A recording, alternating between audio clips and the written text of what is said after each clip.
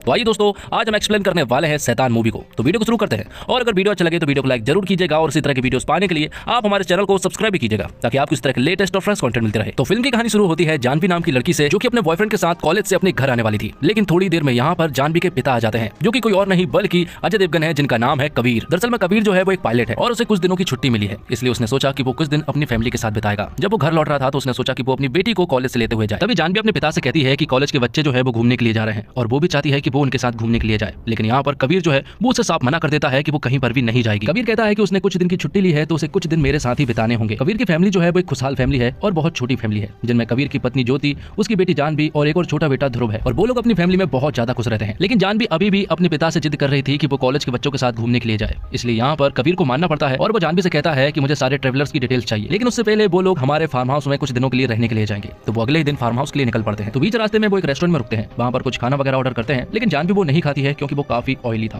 तब यहाँ पर हम बनराज नाम के आदमी को देख पाते हैं, जो कि कबीर की थोड़ी हेल्प कर देता है क्योंकि कबीर के पास छुट्टे पैसे नहीं थे। जिसके बाद बनराज जो है वो जानवी के पास आकर बैठ जाता है और जो वो ऑयली खाना नहीं खा रही थी वो उसमें कुछ चीजें मिला देता है और कहता है कि अब इसे खा लो। जिसके बाद जब जानवी खाना शुरू करती है तो वो पूरा का पूरा खाना खा जाती है। बनराज यहाँ पर जानवी को कुछ बिस्किट भी देता है और कहता है कि इसे घर जाकर खा लेना और किसी को भी मत देना। अब कबीर की पूरी फैमिली जो है वो फार्म हाउस पहुंच चुकी थी। वहाँ पर पहुंचने के बाद वो पूल में मस्ती करने लगते हैं और खूब इंजॉय करते हैं। लेकिन तभी यहाँ पर वो लोग देखते हैं कि उनके दरवाजे पर कोई है और वो कोई और नहीं बल्कि बनराज ही होता है, जिससे वो लोग हाल ही में रेस्टोरेंट में मिले थे। यहाँ पर बनराज उनसे कहता है कि मेरे मोबाइल के सिग्नल चले गए हैं और उसके मोबाइल की बैटरी भी डेड हो चुकी है, इसलिए मैं चाहता हूँ कि मैं आपके लैंडलाइन से कॉल कर लूँ अपनी बेटी के पास ताकि वो मुझे यहाँ पर लेने के लिए आ जाए। तो अब क्योंकि वो एक मेहमान है और उसने रेस्टोरेंट में उनकी मदद भी की थी, इसलिए यहाँ पर कबीर भी उसकी मदद करने लगता है और उसे अपने घर पर बिठाता है। उसका मोबाइल चार्ज पर लगाया जाता है। लेकिन ये सारी चीजें देखकर ज्योति जो है वो कबीर के ऊपर भड़कती है। वो कहती है कि हमें किसी अनजान शख्स के ऊपर इतना भरोसा नहीं करना चाहिए, वो हमारे घर तक आ चुका है और वो हमारे साथ कुछ भी कर सकता है। लेकिन यहाँ पर कबीर उसे कहता है कि मेहमान भगवान का रूप होता है और हमें उसकी मदद करनी चाहिए। दूसरी तरफ हम देखते हैं कि बनराज ने यहाँ पर जानवी को पूरी तरह से बस में कर लिया था। वो उससे सारे रहस्य पूछने लगा था, जैसे कि उसके बॉयफ्रेंड के बारे में और उसके टूर के बारे में जो कि वो कहीं पर जा रहे थे। बनराज यहाँ तक कि जानवी से उसके घर वालों के भी सारे रहस्य पूछ लेता है। तो अब यहाँ पर बनराज को उनके बारे में सब कुछ मालूम था। अब थोड़ी देर के बाद ज्योति और कबीर जैसे ही नीचे आते हैं तो वो देखते हैं कि जानवी जो है वो बनराज की सारी बातें मान रही है। ये सारी चीजें देखकर वो दोनों हैरान रह जाते हैं कि आखिर ऐसा कैसे हो सकता है। लेकिन अब बहुत हो चुका था, इसलिए कबीर बनराज से कहता है कि जो भी काम होना था हो गया, इसलिए अब तुम्हें यहाँ से जाना होगा। लेकिन बनराज कहता है कि वो यहाँ से नहीं जा सकता है और उसे तुम यहाँ से निकाल भी नहीं सकते हो, चाहो तो कोशिश कर लो।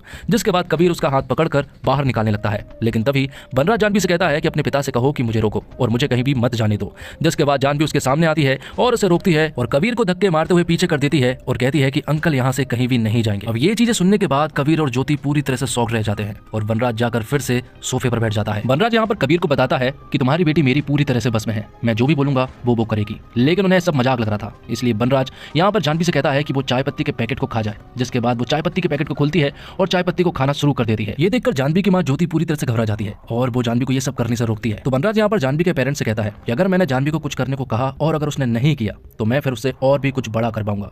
तो यहाँ पर बनराज जो है वो जानवी को थप्पड़ लगाने को कहता है, वो भी खुद को। जिसके बाद जानवी ऐसा ही करती है और खुद को 2-3 थप्पड़ लगाने लगती है। ये देखकर फिर से जानवी और कबीर जो है वो हैरान थे कि आखिर ऐसा कैसे हो सकता है। थोड़ी देर के बाद बनराज यहाँ पर जानवी से कहता है कि रोने लगो, तो जानवी रोने लगती है और यहाँ पर बनराज फिर उससे कहता है कि रोते रोते हंसने लगो और फिर बीच में मिक्स कर दो। जिसके बाद जानवी ऐसा ही करती है, वो हंसती भी जाती है और रोती भी जाती है। अब इन सब चीज से परेशान होकर यहाँ पर कबीर कहता है बनराज से कि तुम्हें जो भी चाहिए हम देने के लिए रेडी हैं, लेकिन तुम ये सब रोक दो। तो यहाँ पर बनराज कहता है कि मुझे तुम्हारी बेटी चाहिए, वो मेरे पूरी तरह से बस में है और मुझे बस अनुमति चाहिए जानवी को यहाँ से ले जाने के लिए। अगर अनुमति दे देते हो तो जानवी को कम प्रॉब्लम होगी, लेकिन अगर अनुमति नहीं देते हो तो प्रॉब्लम बहुत ज्यादा बड़ी हो सकती है। लेकिन कबीर साफ मना कर देता है। तो बनराज जानवी से कहता है कि इसी बात पर अपने पिता को एक जोरदार झापड़ लगाओ और ये सुनने के बाद जानवी तुरंत ही अपने पिता को झापड़ लगा देती है क्योंकि बनराज ने उससे ये सब करने को कहा था। तो अब देखा जाए तो जानवी के हाथ में कुछ भी नहीं है, वो बस एक कठपुतली है बनराज की। जो भी बनराज कहेगा वो सब कुछ जानवी को करना ही पड़ेगा। कबीर यहाँ पर बनराज से कहता है कि तुम्हें ये सब कुछ करने से क्या मिल जाएगा। तो यहाँ पर बनराज कहता है कि मैं एक शैतान हूँ, भले ही मैं तुम्हें शैतान की तरह दिख नहीं रहा हूँ,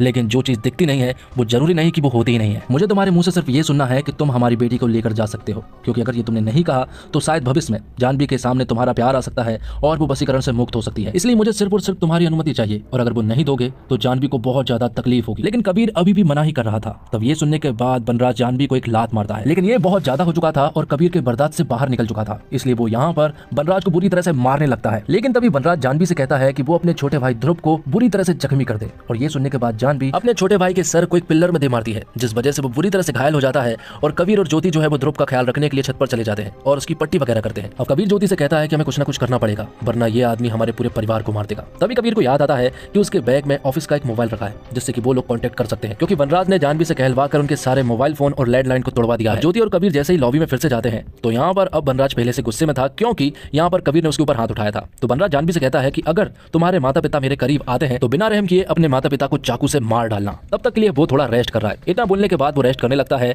और यहाँ पर जानवी जो है वो एक पुतले के रूप में उसकी रक्षा करने लगती है। अब कबीर जैसे ही थोड़ा सा आगे बढ़ता है तो जानवी उसे मारने लगती है, इसलिए वो तुरंत ही पीछे हो जाता है। अब वनराज उठता है और वो कबीर से कहता है कि अब तुम लोग अनुमति नहीं दे रहे हो तो चलो थोड़ा बहुत एंटरटेनमेंट ही हो जाए। इसलिए वो सॉन्ग बजाता है और जानवी को नाचने को कहता है। बहुत देर तक जानवी नाचती है, वो थक जाती है, इसके बावजूद वो नाच रही थी क्योंकि वो वसीकरण में थी। वनराज यहाँ पर जानवी को तकलीफ दे रहा था और वो बस यही चाह रहा था कि उसके माता पिता अनुमति देते जानवी को यहाँ से ले जाने के लिए, लेकिन वो अनुमति नहीं दे रहे थे। जिस पर वनराज कहता है कि अगर तुम अनुमति नहीं दोगे तो ये गेम जो है वो और भी ज्यादा डेंजरस होता जाएगा। तो वो कहते हैं कि मैं तुम्हें 5 मिनट देता हूँ कि तुम अपने छोटे बेटे ध्रुव को कहीं पर छिपा लो। 5 मिनट के बाद तुम्हारी बड़ी बेटी मतलब कि जानवी उसे ढूंढना शुरू करेगी और उसे मार डालेगी। ये सुनने के बाद तुरंत ही कबीर और ज्योति जो है वो ध्रुव को छुपाने लगते हैं और जैसे ही 5 मिनट पूरे होते हैं तो यहाँ पर वनराज जानवी को कहता है कि वो ध्रुव को मार डाले। तो वो चाकू लेकर तुरंत ही छत पर पहुंचती है, लेकिन वहां पर ध्रुव मौजूद नहीं था, वहां कबीर था और कबीर यहाँ पर जानवी को रोकने की काफी कोशिश करता है, लेकिन जानवी मानो बहुत ही ज्यादा ताकतवर थी और कबीर उसे नहीं संभाल पा रहा था। और यहाँ पर जानवी को भी मालूम चल गया था कि आखिर ध्रुव कहाँ पर छिपा हुआ है। वो दरअसल में छत पर एक कोने में छिपा हुआ था। वो ऊपर जाती है और ध्रुव को उठाकर छत से नीचे फेंक देती है, जिस वजह से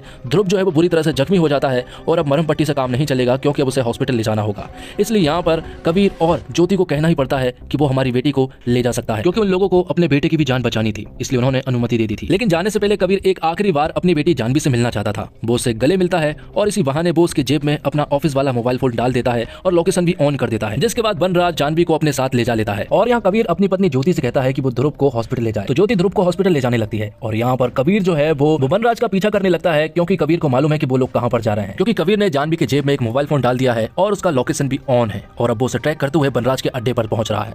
वनराज का अड्डा बहुत ही बड़ा है और उसके अड्डे पर ढेर सारी लड़कियां हैं और वो सारी लड़कियां यहाँ पर वनराज के बस में हैं और यहीं पर वो जानवी को भी लेकर जाता है और उसे बताता है कि ये सारी लड़कियां तुम्हारी बहन है। यहाँ पर वनराज जो है वो इन लड़कियों से कुछ भी करवा सकता है। थोड़ी देर के बाद यहाँ पर कबीर उसके अड्डे तक पहुंच जाता है, लेकिन तभी यहाँ पर कुछ लड़कियां उसके ऊपर हमला कर देती है। तब यहाँ पर कबीर उनसे लड़ते हुए आगे पहुंचता है, लेकिन आगे जाकर ढेर सारी लड़कियां उस पर अटैक कर देती है और उसे बुरी तरह से जख्मी भी कर देती है। लेकिन अब मरते हुए कबीर यहाँ पर वनराज से कहता है कि उसकी एक लास्ट ख्वाहिश है और वो ख्वाहिश ये है कि वो अपनी बेटी के हाथ मरना चाहता है। तो वनराज उससे कहता है कि ये इच्छा तो मैं तेरी पूरी कर ही सकता हूँ। जिसके बाद जानवी जैसे ही उसकी तरफ आगे मारने के लिए आती है तो यहाँ पर कबीर जो है वो उसके कान के आर पार कैंची को डाल देता है, जिस वजह से वो बहरी हो जाती है और फिर एक नुकीली चीज से वो वनराज की जीभ को काट देता है, जिससे कि अब वो किसी भी लड़की को कोई भी कमांड नहीं दे सकता है। तो यहाँ पर कबीर ने सारी लड़कियों को बचा तो लिया था, लेकिन वो अभी भी वनराज के बस में थी। इसी तरह से 10 साल बीत जाते हैं। 10 साल के बाद हम देखते हैं कि कबीर ने वनराज को एक खुफिया जगह पर रखा था। उसने उसे काल कोठरी में रखा था जहां पर कि वनराज की हालत बहुत ही ज्यादा गंदी थी और कबीर यहाँ पर वनराज को सड़ी गली चीजें खिलाता था। उसी तरह से जिस तरह से उसने उन लड़कियों की जिंदगी खराब की, उसी तरह से कबीर यहाँ पर वनराज की जिंदगी को खराब कर रहा था। आखिर में हम जानवी को देखते हैं जिसकी हालत भी बहुत ही ज्यादा खराब थी। वो बस एक जिंदा लाश थी और उसके चेहरे पर एक छोटी सी स्माइल थी, जिसे देखकर हमें मालूम चलता है कि जानवी पिछले 10 सालों से ऐसे ही है और ऐसा लगता है